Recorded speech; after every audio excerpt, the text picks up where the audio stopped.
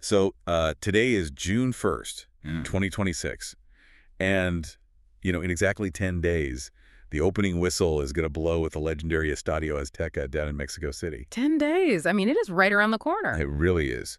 And the moment that sound just cuts through that thin, high-altitude air, history is made. Because Mexico officially becomes the first nation on the planet to host the FIFA World Cup for a third time. Right, following up on their runs in 1970 and 1986. Exactly. And for you, listening to this deep dive, picturing that scene, is probably pretty easy, right? I mean, you've got 87,000 fans, entirely clad in green, this deafening roar echoing off the concrete, just the absolute zenith of international sports spectacle. Oh, absolutely. The atmosphere is going to be electric. But here's the thing. If you strip away the confetti and actually look at the source material we are diving into today, the tactical breakdowns, the roster leaks, a very, very different picture emerges. Yeah, a much darker one, honestly. Right. Beneath all that celebration is just this mountain of anxiety, because this is a national team that is completely haunted by the catastrophic ghosts of their 2022 campaign in Qatar. Haunted is the perfect word for it. When you look through these tactical analyses and the historical profiles we've gathered, the contrast between the public spectacle and their internal reality is just jarring. Totally. They aren't stepping onto their home turf as these conquering heroes. They're like walking this terrifying tactical tightrope. Yeah, and they're being led by a manager who is basically trying to exorcise his own 40-year-old demons. Which we will definitely get into, because the mission of today's deep dive is to completely unpack these sources. We are going to look at this finalized 26-man roster, which, spoiler alert, is wildly imbalanced. I mean, it's arguably an all-or-nothing gamble. They're blending these aging legends with literally 17-year-old prodigies. Right, and they're betting that this overwhelming home field advantage can somehow mask these glaring systemic vulnerabilities, specifically this shockingly thin defensive line. It's a desperate quest for redemption on the world's biggest stage. It really is. Yeah. But to understand the stakes of that gamble, we kind of have to start by understanding the actual weight of the jersey itself. Because throughout all our sources, this team is simply referred to as El Tri, or El Tricolor. Yeah, which for someone just casually tuning in probably sounds like a pretty straightforward branding exercise. Right, like calling the French team Le Bleu just based on their kit color. Exactly. But the symbolism woven into the Mexican identity here runs so much deeper than just a color palette. Right, so break that down for us, because the sources go pretty deep into what those colors actually mean to the fans. So the nickname is derived directly from the 3 vertical bands of the Mexican flag, right? Green, white, and red. And the sources detail how each color functions almost as a wearable history lesson. Okay, so start with the green. The green is traditionally associated with hope, and specifically the future of the nation. It's this optimistic base. Then the white signifies purity, but more importantly, the enduring pursuit of national unity. Which is huge for a country that rallies around this team so intensely. But the red is the one that really caught my eye in the reading. Yeah, the red carries the heaviest burden by far. It honors the blood shed by the national heroes and revolutionaries during Mexico's decade-long struggle for independence from Spain. Wow. So when these players pull that jersey over their heads, they aren't just putting on sportswear. No, not at all. They are literally cloaking themselves in the foundational mythology and the historical sacrifices of their entire country.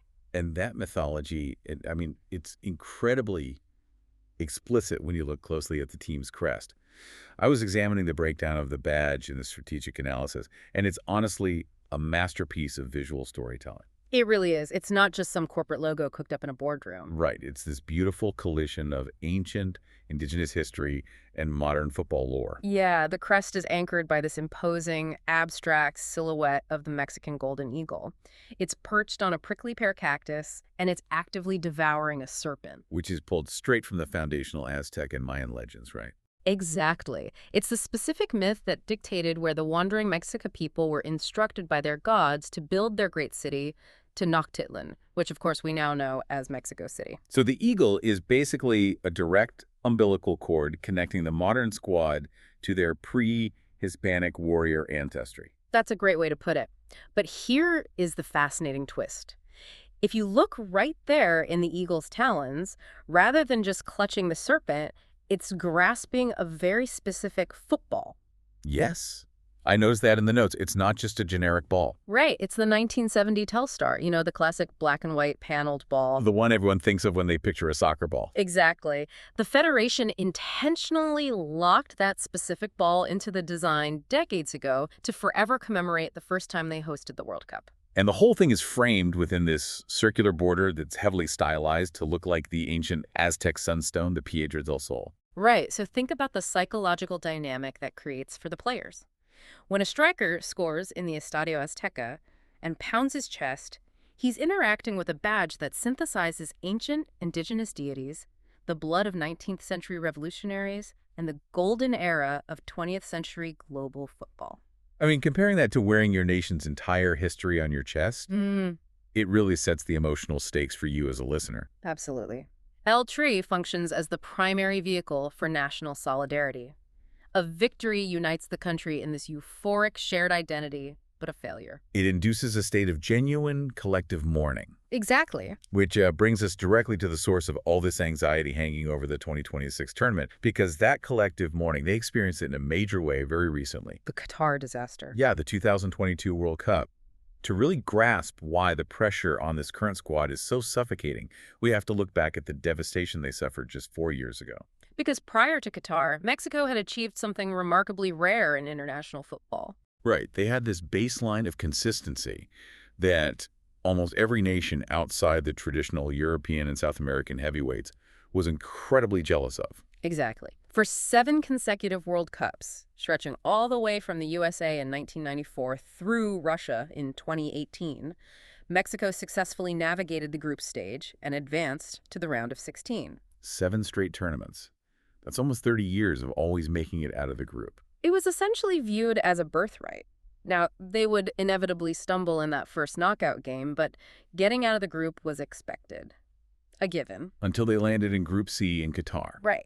Paired with Poland, Argentina, and Saudi Arabia. And that birthright was violently revoked. Yeah, for the first time since 1978, Mexico crashed out in the opening phase. And reading through the sources, the nature of how they were eliminated was just agonizing. It was brutal. Going into the final minutes of their last group match against Saudi Arabia, Mexico was actually winning 2-0. But they needed more, right, because of the goal difference tiebreaker with Poland. Exactly. They desperately needed to improve their goal difference to surpass Poland for the runner-up spot in the group, so they pushed literally every player forward. Which leaves them entirely exposed at the back. Frantically searching for that third goal, and instead, in the 95th minute, Saudi Arabia catches them on a counterattack and scores this devastating consolation goal. Man, that one sequence, that 95th minute goal, completely swung the mathematics of the group. The streak was dead. And the fallout wasn't just disappointment among the fans. Reading through the postmortems from that tournament, it initiated total institutional chaos. Yeah, the Mexican Football Federation essentially hit the panic button, didn't they? Big time. They kicked off a managerial carousel that severely derailed their preparations for this 2026 home World Cup. The instability over the last 4 years has been staggering. Let's walk through that timeline because it's wild. It starts with Gerardo Martino, right? Right. Martino oversaw the Qatar disaster. His contract expired immediately after the elimination, and he departed under a massive cloud of media scrutiny. So they needed a quick fix. Right. So the Federation appointed Diego Coca, an Argentine manager who had found immense success in Liga MX, their domestic league. But that didn't last long at all. A mere 4 months. He was unceremoniously dismissed following a humiliating 3-0 rout at the hands of their fiercest rivals, the United States, in the Nations League. Okay, so Martino is out, Coca is out in 4 months. Who did they turn to next? After Coca, they turned to a familiar domestic face in Jaime Jimmy Lozano. And to be fair, he provided a brief spark. He guided the team to a victory in the 2023 Gold Cup. But then came the 2024 Copa America. Exactly, where Mexico once again suffered an uninspired early exit, and the sources indicate the Federation was so concerned about the lack of progress that they actually offered Lozano a demotion. A demotion. As the head coach. Yeah, a deal to stay on the coaching staff as an assistant to a more experienced veteran manager with the vague promise he could take over again for the 2030 cycle. I mean, I don't blame the guy, but Lozano obviously rejected that proposal and resigned. Understandably so. But that left the Federation in a dire position. They were barely 2 years away from hosting the biggest sporting event on Earth. Their roster was underperforming, and their leadership structure was non-existent. So they realized they couldn't take a gamble on some outside international manager who didn't understand the intensely crazy pressure cooker of the Mexican sports media. Right. They needed an architect who had already navigated the dizzying highs of Mexican football, but more importantly, someone who intimately understood its darkest, most traumatic moments. They needed a fixer. Hmm. So they picked up the phone and made a call to a man whose history with this tournament is basically the stuff of Hollywood screenplays, Healy beware. El Vasco. And they asked him to take the job for the third time. Yeah. Aguirre's appointment is really the central narrative pillar of this entire squad. He is universally regarded as the most accomplished manager in the history of Mexican football. His resume is just sprawling when you look at it. Oh, it's massive. He's managed top-flight clubs in Spain, led the national teams of Japan and Egypt, and previously guided Mexico to the round of 16 in both the 2002 and 2010 World Cups. Plus, he holds the record for the most victories by a manager in the history of the Mexican national team. But his motivation here isn't just about padding his resume. As the sources point out, Aguirre's relationship with a World Cup hosted on Mexican soil is defined by a deep 40-year-old scar. Okay, yes, let's get into this because we have to rewind to 1986 to understand this guy's psyche. Mexico is hosting, and Aguirre's isn't a manager. He is a gritty, indispensable starting midfielder for the national team. Right, and the stage was set for a historic triumph. Buoyed by this ferocious home support, Mexico fought their way all the way to the quarterfinals, matching their best-ever performance at a World Cup. And they were facing West Germany, who were just an absolute juggernaut of European football at the time. The match was a grueling, physical battle under the brutal Mexican sun. It went to extra time, deadlocked at a 0-0 draw. The tension in the stadium was suffocating. And then, the disaster strikes. In the 100th minute of the match, Aguirre commits a harsh foul, receives his second yellow card of the game, and is sent off. I mean, just imagine the psychological burden of that. Being ejected in the 100th minute of a World Cup quarterfinal in front of your own fans. It's unimaginable. Mexico was forced to play a man down against one of the most ruthless teams in the world. They managed to survive to a penalty shootout, but ultimately lost. And within the lore of Mexican football, Aguirre's red card is frequently cited as the definitive fracture point, the exact moment that caused Mexico to be knocked out of their own tournament. He has carried the weight of that ejection, the feeling of letting down an entire nation on home soil, for 4 decades. And it's as if that wasn't enough baggage. His second stint managing the team in 2010 ended in heavy controversy as well. Yeah, in South Africa, Aguirre faced relentless domestic criticism for his tactical stubbornness. The defining controversy of his 2010 campaign was his absolute refusal to give meaningful minutes to a rising, electric young striker named Javier Chicharito Hernandez. Oh, wow. Yeah, Chicharito was huge back then. Huge. But Aguirre opted to rely on aging, slower veterans instead. It was a decision that infuriated the fans and the press, particularly when the team struggled offensively and was ultimately eliminated by Argentina. So 2026 is his ultimate chance to balance the scales. He's back to correct the fatal mistake of his playing days in '86 and to prove his tactical vision is viable after the fallout of 2010. Exactly. And to ensure the Federation has some semblance of long-term stability, the sources note he has brought on an assistant coach who is basically football royalty in Mexico. Right, Rafa Marquez. The inclusion of Marquez is a highly strategic maneuver by the Federation. He's a legendary former captain, possessing immense respect in the locker room and across the country. So what's his actual role here? Just good vibes? No, the explicit plan is for Marquez to serve an apprenticeship under Aguirre. He's there to absorb his tactical pragmatism and man management skills during the intense crucible of this home tournament. Ah, so it's a succession plan. Exactly, with the guarantee that Marquez will ascend to the head coaching position for the 2030 World Cup cycle. Okay, so that handles the long-term planning. Yeah. But our focus is strictly on the immediate reality of June 2026.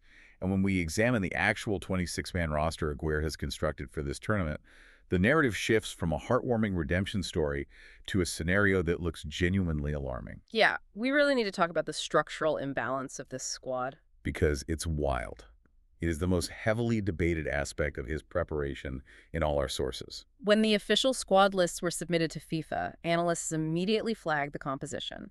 Out of his 26 allocated roster spots, Aguirre chose to bring 8 dedicated attackers. Okay. But conversely, he selected only 7 natural defenders. Okay, I have to stop and push back on this because it totally defies conventional tournament logic. Yeah. I mean, let's be realistic here. You're entering a physically grueling multi-week competition where yellow card accumulation is a statistical guarantee. Absolutely. And soft tissue injuries are inevitable given the frantic, pressing pace of modern football. Bringing only 7 natural defenders isn't an aggressive strategy. It feels like managerial malpractice. It's a huge risk. If a single center back rolls his ankle getting off the team bus, the structural integrity of your entire tournament is compromised. You have virtually zero margin for error. Well, your assessment aligns perfectly with the primary criticism leveled against him by the domestic media.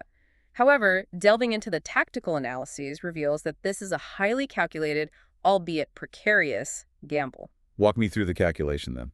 Aguirre surveyed the available Mexican player pool and came to a stark conclusion. Their defensive personnel simply lacks the elite pace, physicality, and depth to compete straight up against world-class attacking lines. So he just gave up on defense. Not entirely, but he recognized that their strength lies entirely in their midfield versatility and their explosive offensive transition.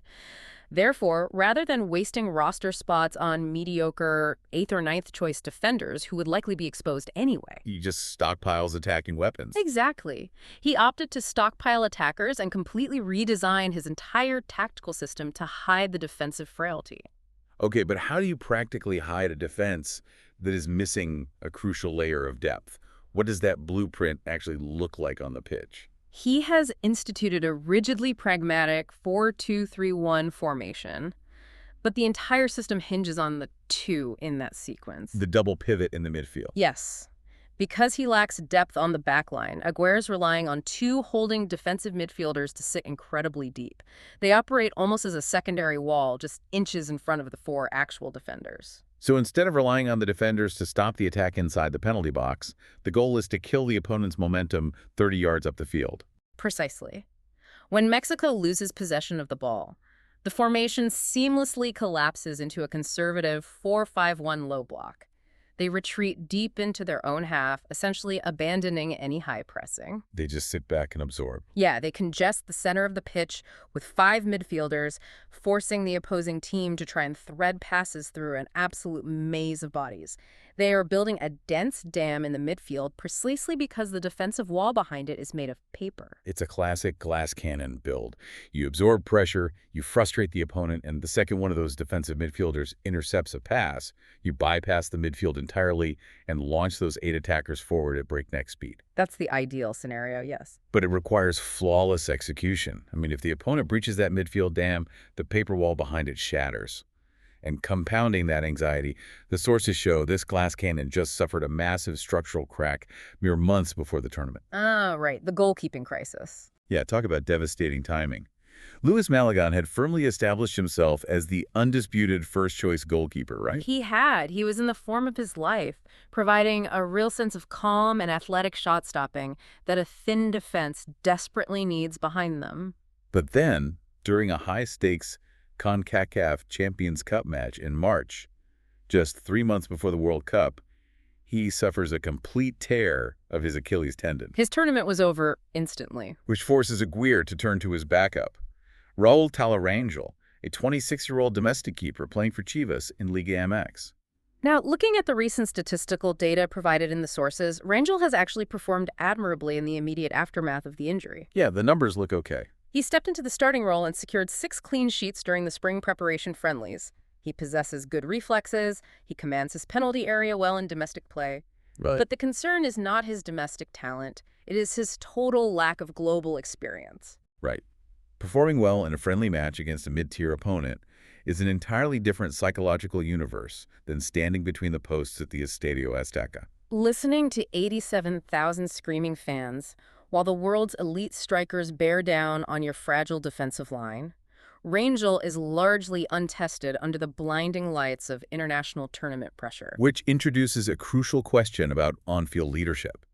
Because a tactical system, this delicate teetering on the razor's edge of rapid transition play and anchored by an untested goalkeeper, cannot survive without elite, experienced direction on the pitch. Absolutely not. So this transitions us perfectly into examining the veterans Aguirre has tasked with holding this fragile structure together, the old guard, Hmm. because there was one specific player who was literally functioning as the load-bearing pillar for this entire seven-defender gamble. The captain, Edson Alvarez. Alvarez is arguably the single most indispensable player on this roster.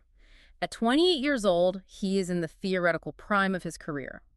He plays his club football at Fenerbahce in the fiercely competitive Turkish Super League, currently on loan from West Ham United. Though the sources mention a lingering concern regarding his physical fitness, right?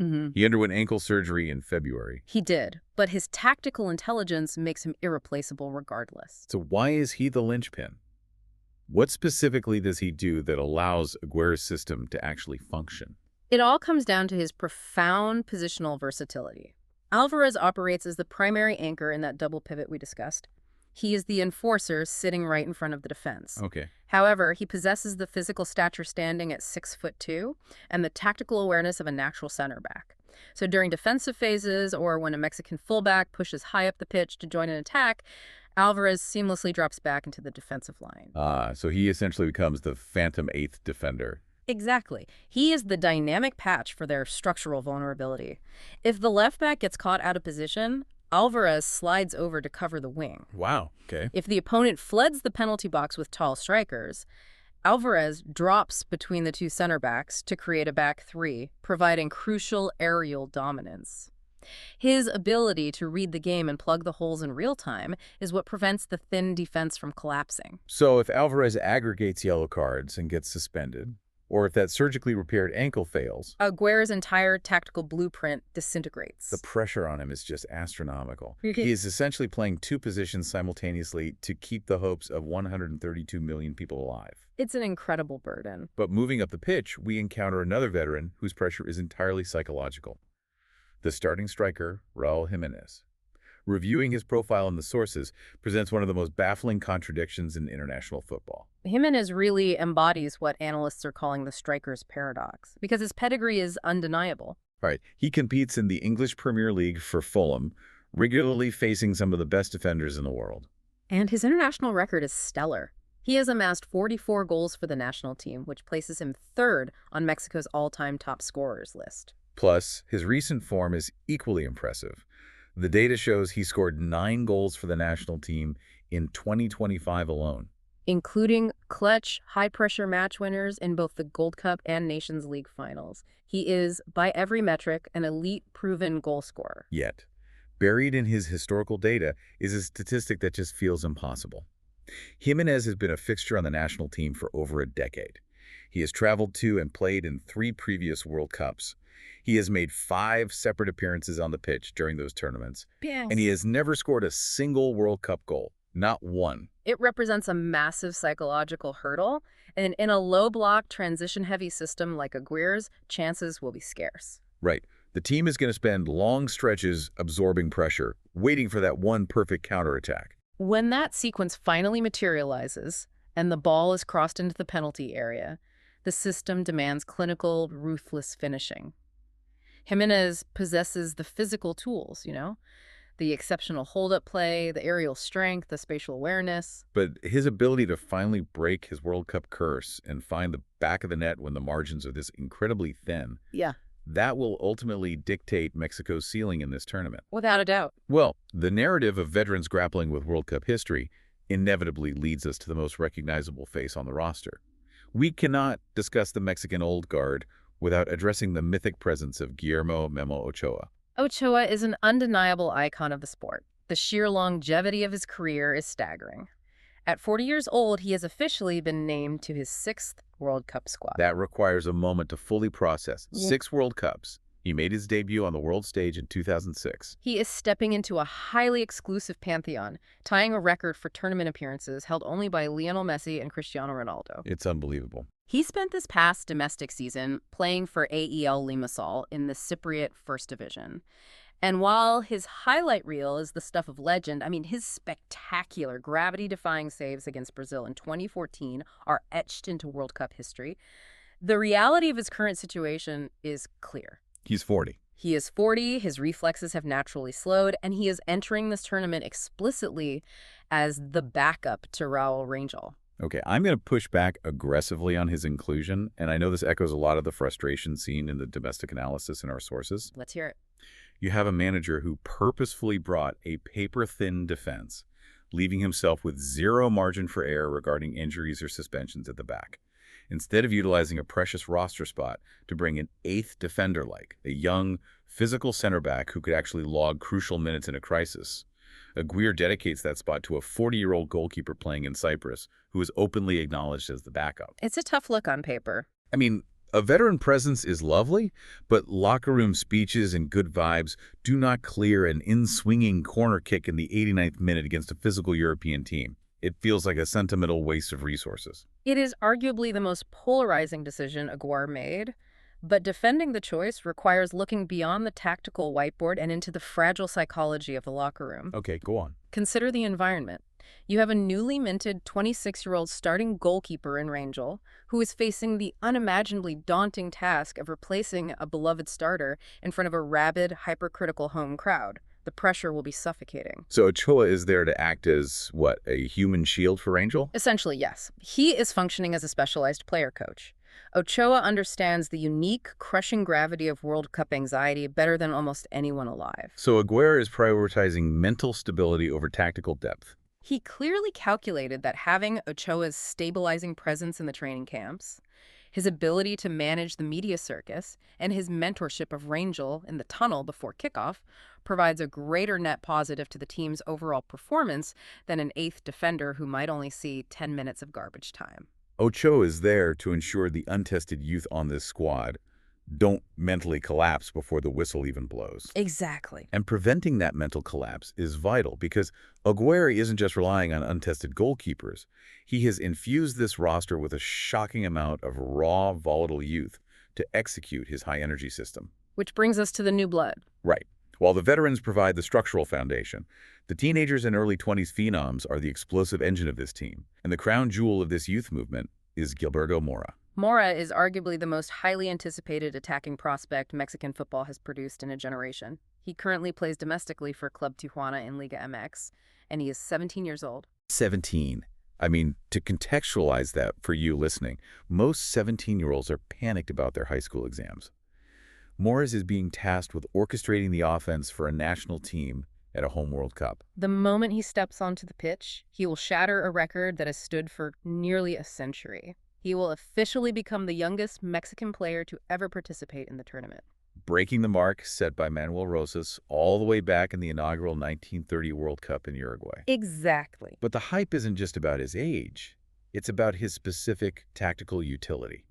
Because how does a 17-year-old physically and mentally survive in a grueling international transition system? Well, Mora operates as a classic central playmaker. In Aguirre's 4-2-3-1 setup, Mora is projected to occupy the crucial number 10 role, positioned directly behind Raul Jimenez. Okay, so he's the link. Right.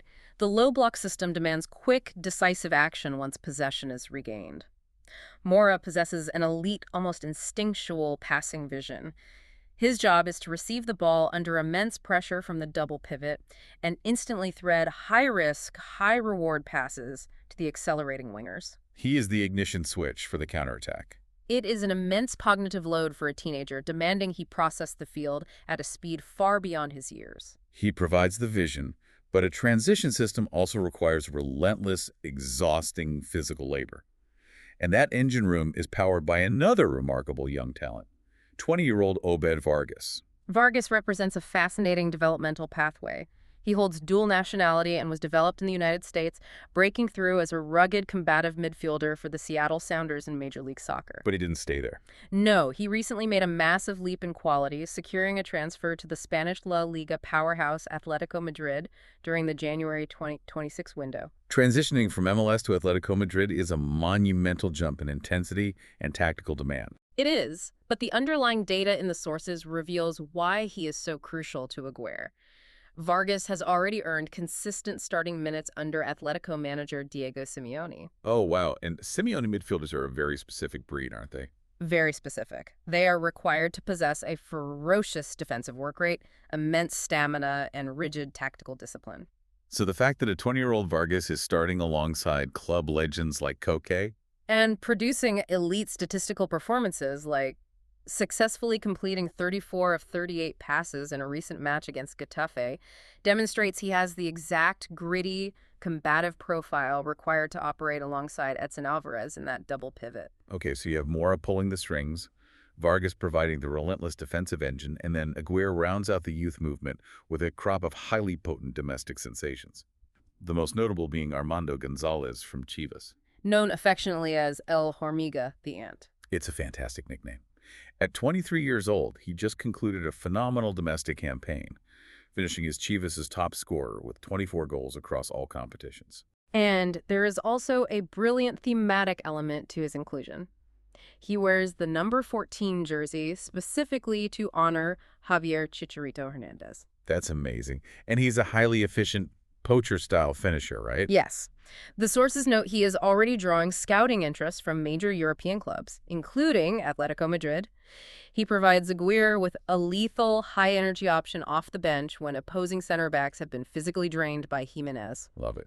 And then there's Mateo Chavez, right? Right. Aguirre has secured dynamic width through young players like Chavez, a 22-year-old left back excelling in the Dutch Eredivisie with AZ Alkmaar. What's his primary role? He specializes in providing overlapping, attacking runs down the flank, which is essential for stretching the opponent's defense during a counterattack. And finally, Brian Gutierrez. Yes, another 22-year-old dual national who made a highly publicized decision to switch his international allegiance from the U.S. men's national team to Mexico. A huge get for them. Absolutely. He's an attacking midfielder capable of drifting into wide areas, and he made an immediate impact by scoring within 2 minutes of his debut for El Tri, proving his capability as an impact substitute.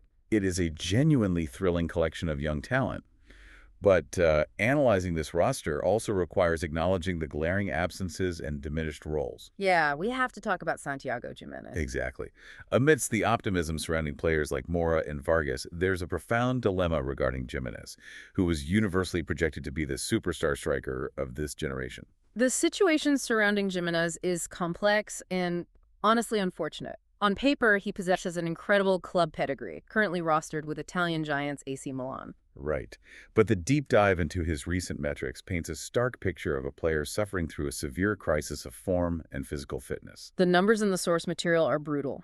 Across his recent stretch with AC Milan, he has managed to log a mere 67 minutes of total playing time over 3 matches. 67 minutes. Yeah. And all coming as late, ineffective substitutions, right? Yes. Worse still, he was an unused substitute in 3 other critical fixtures. This lack of club activity has bled into his international standing. He hasn't even stepped onto the pitch for the Mexican national team since October 2025. Wow. And for a striker, match sharpness is basically the most critical asset you have. Exactly. The timing of runs, the instinctual finishing, the physical rhythm of the game. These elements atrophy when a player is relegated to the bench for months on end. You cannot simply flip a switch and regain that elite edge in the cauldron of a World Cup. You really can't. Despite his immense natural talent, his prolonged physical struggles suggest he has likely been relegated to a deep bench role. Aguirre's tactical setup provides such a razor-thin margin for error that he simply cannot afford to start a player lacking vital match fitness. Okay, so the roster is fully assembled. You have a manager haunted by a 40-year-old red card. You have a 4-2-3-1 glass cannon tactical scheme featuring only 7 defenders. A 40-year-old player coach in goal. A 17-year-old prodigy tasked with orchestrating the offense, and an incredibly fragile defensive linchpin operating on a surgically repaired ankle. Is a wildly compelling, deeply flawed squad. And now they have to run the gauntlet. Let's analyze the actual tournament schedule and what awaits them in Group A. Let's do it. But before we dissect the specific tactical matchups against their opponents, we must establish the baseline environment. Because the sheer, overwhelming magnitude of the environmental advantage Mexico possesses cannot be overstated. It is the defining variable of Group A. Playing a 90-minute football match at 7,300 feet of altitude, it's a brutal biological reality. It isn't just about feeling a little winded. No, physiologically, your muscles stop clearing lactic acid at their normal rate. For teams arriving from sea level, it's like someone secretly swaps out the oxygen in your lungs for a heavy, damp wool blanket right around the 60th minute. That's a great analogy. Your tactical brain knows you need to track back and cover an overlapping run, but your legs feel like they're anchored in wet cement. Combine that profound physical exhaustion with the midday heat and the deafening, hostile roar of 87,000 fans, and the Estadio Azteca becomes a suffocating fortress. And Mexico gets to unleash that fortress on match day 1, scheduled for June 11th against South Africa in Mexico City. And from a historical perspective, the scheduling here is an eerie piece of déjà vu. It is uncanny. Exactly 16 years to the day, June 11th, 2010, Mexico stepped onto the pitch to play South Africa in the opening match of the 2010 World Cup. The crucial difference being that in 2010, South Africa possessed the hosting advantage, which resulted in a tense 1-1 draw. Now the environmental script is completely flipped. Right. And tactically, this matchup presents a fascinating clash of styles. South Africa, managed by the experienced Hugo Broos, qualified by grinding their way through a fiercely competitive African group. They're not going to be intimidated. No. Their core strategy relies on a highly disciplined, physical, low-block defense, anchored by their exceptional goalkeeper Ron Wynne-Williams. They are perfectly content to concede possession. Wait, so both teams are going to try to sit back? Potentially. South Africa's intent is to absorb pressure, draw Mexico forward, and then exploit the space behind the defense with devastating counterattacking pace, utilizing dynamic wingers like Ozwanapalis and the finishing ability of striker Lyle Foster. A team whose entire identity is built on sitting back and running incredibly fast into open space sounds like an absolute nightmare scenario for a thin Mexican defense that we know is vulnerable in transition. It is the precise style of play that exposes Aguirre's gamble. Therefore, Mexico's strategy must be ruthlessly proactive. They can't just play their normal low block then. They cannot afford to let South Africa settle into a comfortable defensive rhythm and conserve their energy. Mexico must utilize the altitude immediately. They need to press aggressively, push the tempo to an uncomfortable speed in the opening 30 minutes, and force a defensive error. Because if Mexico secures an early lead, South Africa is forced to abandon their low block and attack. Which plays right into Mexico's counterattacking strength. But if the game remains scoreless in the 70th minute and the Mexican midfield dam begins to leak, South Africa's pace on the counter will be lethal. Okay, so that's match day 1. Match day 2 arrives on June 18th. And the venue shifts slightly northwest to Guadalajara, inside the Estadio Akron. The opponent is South Korea. And looking at the scouting reports, this game feels like the pivot point of the entire group stage. South Korea presents an entirely different, vastly more sophisticated threat than South Africa. They possess an elite level of technical quality and thrive on intricate, dynamic wing play. Which primarily revolves around one specific world-class talent, Son Heung-min. Exactly the problem. You are matching up world-class inverted wingers capable of surgical passing and explosive dribbling against a Mexican defensive line that we have thoroughly established is paper-thin. He's a terrifying mismatch. South Korea excels at isolating defenders in one-on-one situations. If Aguirre pushes his fullbacks high up the pitch to support the attack, South Korea has the precision to instantly exploit the vast, empty tracts of space left behind them. So this match will be the ultimate stress test for Edson Alvarez. Without a doubt. His ability to read the play, drop deep, and intercept those penetrating passes before they reach Son Heung-min will completely dictate the outcome. Then we reach match day 3, June 24th. The team returns to the suffocating altitude of the Azteca in Mexico City. The final group stage opponent is Czechia. And according to the tactical breakdowns, this match is going to devolve into a grueling physical brawl. Czechia brings a classic, imposing European organizational structure. They are physically massive, exceptionally strong on the ball, and they construct their entire offensive strategy around generating set-piece opportunities. Corner kicks and deep free kicks. Yes, they represent a massive, terrifying aerial threat. Which, again, exposes another critical flaw in a roster loaded with agile attackers but lacking defensive depth. If Czechia successfully forces the game into the corners and starts launching high, looping crosses into the penalty area. Relying on a 5'9" midfielder to outjump a 6'3" European striker is a recipe for disaster. This match will demand heroic performances from Mexico's starting center backs, Cesar Montes and Johan Vasquez. They will be physically battered in the penalty area for 90 minutes. Mexico's primary tactical objective must be extreme discipline. They have to avoid conceding cheap, unnecessary fouls in their defensive third and prevent Czechia from earning corner kicks at all costs. The ball must stay on the grass. So the gauntlet is set.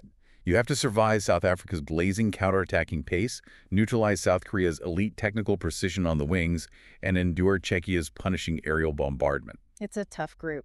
But navigating this group isn't just about simply advancing, it is about where you finish. Because the consensus among the experts in our sources explicitly highlights that the final standings in Group A act as a monumental fork in the road for the rest of the tournament. The bracket implications tied to winning the group are literally everything. If Mexico successfully navigates the tactical landmines and finishes first in Group A, they reap the ultimate reward. They stay in the fortress. Exactly. They are permitted to stay inside the fortress. Their subsequent round of 32 match will be hosted right there at the Estadio Azteca, and if they advance, their round of 16 match is likely positioned there as well. So they retain the altitude, they retain the suffocating atmosphere, they retain the biological advantage that slowly drains the life out of their opponents. But if the glass cannon cracks, if they stumble and finish second in the group, the punishment is severe. What happens if they finish second? They are immediately exiled from their own country. The bracket dictates that the Group A runner-up must travel north to the United States. They would play their round of 32 fixture in Los Angeles and a potential round of 16 match in Houston. Now, obviously, stadiums in Los Angeles and Houston possess massive, passionate Mexican-American populations, right? The stands will be bathed in green, the atmosphere will still be fiercely supportive. Oh, definitely. But the biological reality changes entirely. They are playing at sea level. They are playing in sanitized corporate American stadiums. It is not the crumbling, terrifying majesty of the Azteca. Moving to the U.S. completely strips away their greatest environmental weapon. Winning Group A is not merely a matter of national pride. It is a vital, non-negotiable strategic necessity if this deeply flawed roster harbors any genuine ambitions of making a deep run into the later stages of the tournament. So let's pull all of these threads together as we wrap up today's analysis. We have examined the soul of El Tri, the mythology of the crest, the crushing trauma of the 2022 collapse, and the frantic search for stability. We are looking at a national team stepping into a historic home World Cup, carrying an incredibly top-heavy, offensively unbalanced roster. You have a manager in Javier Aguirre who is seeking personal absolution for a red card he received 4 decades ago. And he has engineered a high-wire tactical strategy that relies entirely on exploiting the biological realities of their home environment. He is demanding rapid, exhausting transition play fueled by teenagers, utilizing the versatile brilliance of Edson Alvarez to mask a glaring lack of defensive personnel. It is a fascinating, terrifying experiment in tournament management, and it all kicks off in just a few days. But before you, the listener, settle in to watch that opening match, I want to leave you with one final deeply provocative thought pulled from the historical data. The odds. Yeah. The international bookmakers currently assign Mexico 66-1 odds to win the tournament. Statistically speaking, the most probable outcome modeled by analysts is yet another exit in the round of 16. And that statistic resurrects the most legendary, suffocating dark cloud hanging over the entirety of Mexican football culture. The Quintum Partido. The fifth game, the quarterfinals. It is the mythical hurdle they have seemingly been cursed never to clear in the modern era. They can never reach it on foreign soil. Mexico has only ever advanced to the Quintum Partido twice in their entire history. Both times, they were the host nation in 1970 and 1986. Right. So consider this scenario as the tournament unfolds. If Aguirre's fragile glass cannon roster manages to survive the varied gauntlet of Group A, what happens when this makeshift 7-man defensive unit inevitably collides with a fully armed European juggernaut, a team like England or France, in the knockout rounds? It's the ultimate question. Will the suffocating altitude of the Azteca and the frantic energy of 17-year-old phenoms be enough to finally shatter a 40-year curse? Or, with a structure built on a paper-thin defense and a striker who has never scored on the global stage, is history doomed to brutally repeat itself in front of 87,000 weeping fans? Keep that question in mind as the whistle blows. The tactical collisions over the next few weeks are going to be mesmerizing to dissect. The beautiful game always provides the drama. Until next time, keep diving deep.